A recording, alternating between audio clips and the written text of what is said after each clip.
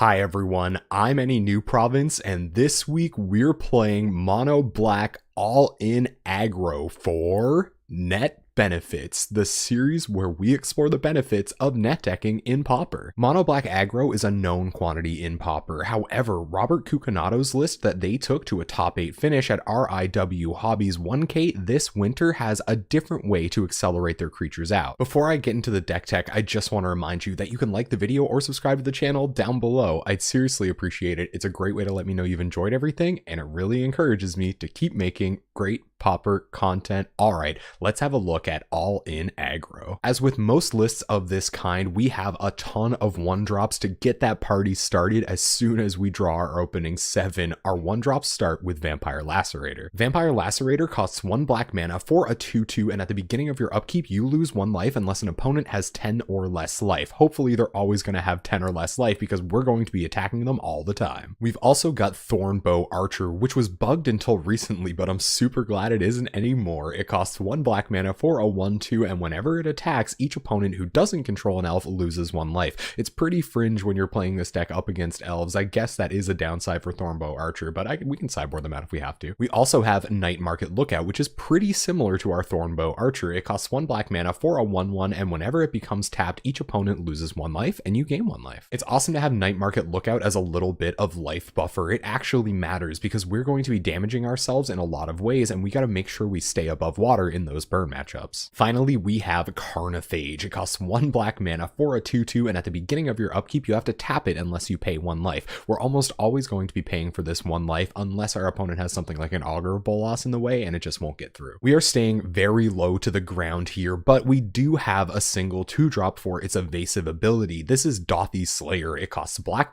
for a 2/2, and it has Shadow. Also, it attacks each combat if able. As I was saying, Aggro Bolas can definitely be an issue for this deck, so we're super glad to have a bit of evasion on Dothy Slayer. Also, on the turn that it comes down while it's summoning sick and not attacking, it can even block a Shadow Rifted Tireless Tribe. If our torrent of creatures can't do the trick, we also have a bunch of black burn to help speed up our clock as well. Our first black burn spell is Tyrant's Choice. It costs 1 and a black for a sorcery, and it has the Will of the Council ability, which means starting with you, each player votes for death or torture. If death gets more votes, each opponent sacrifices a creature. If torture gets more votes or the vote is tied, each opponent loses 4 life. This is the mode we're going to be using most often. We also have Bump in the Night, which costs 1 black mana to cause target opponent to lose 3 life. We can flash it back for 5 and a red out of our graveyard, but we only have a little bit of red mana in our deck. I don't know, maybe it'll come up. Next up, we have some interaction. Like I said, our opponents can get stonewalled by our opponent's creatures pretty easily, so we've got to make sure we keep them out of the way. Our first interactive spell is Spinning Darkness. Spinning Darkness is an instant that would normally cost 4 black,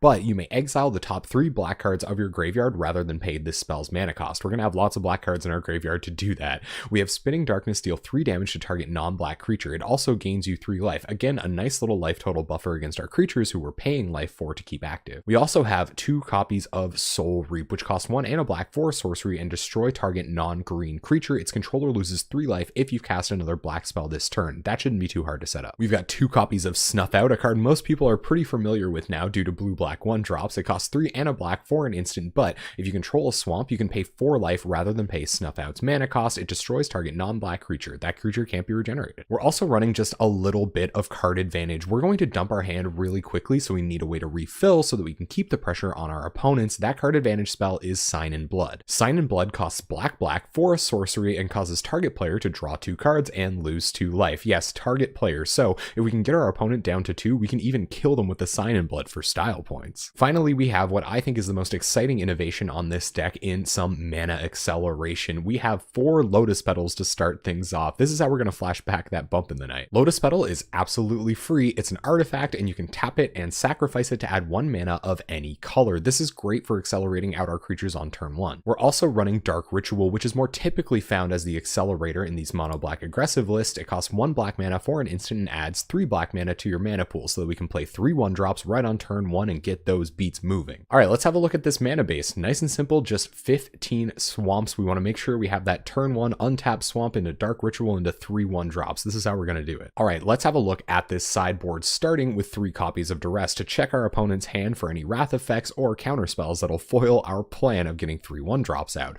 We have a Gurmag Angler or 2 if we have to go over our opponent or if it has to get in the way of some Mirror Enforcers. We have 3 copies of Wrench Mine for dealing with those decks that need a critical number of cards in hand. We have 2 copies of Kuumbaj Witches for pinging those fairies out of the sky, 2 copies of Paralyze for locking our opponent's creatures down, 2 copies of Shrivel for wrathing X1s, and a copy of Disfigure if our Shrivels are just a little too small to do the trick. And there you have it, all in mono black aggro by Robert Cucinato. Congratulations on your finish at the 1K, Robert. We're going to take this deck into a league at twitch.tv/AnyNewProvince this Wednesday night at 7 p.m. Atlantic time. We're there every Wednesday night playing competitive Pauper decks. Before I go, I just want to remind you that you can like the video or subscribe to the channel down below. I'd seriously appreciate it. It's a great way to let me know you've enjoyed everything, and it really encourages me to keep making great Pauper content. Thank you so much for watching. I hope you enjoyed this deck tech, and hopefully I'll see you on Wednesday night.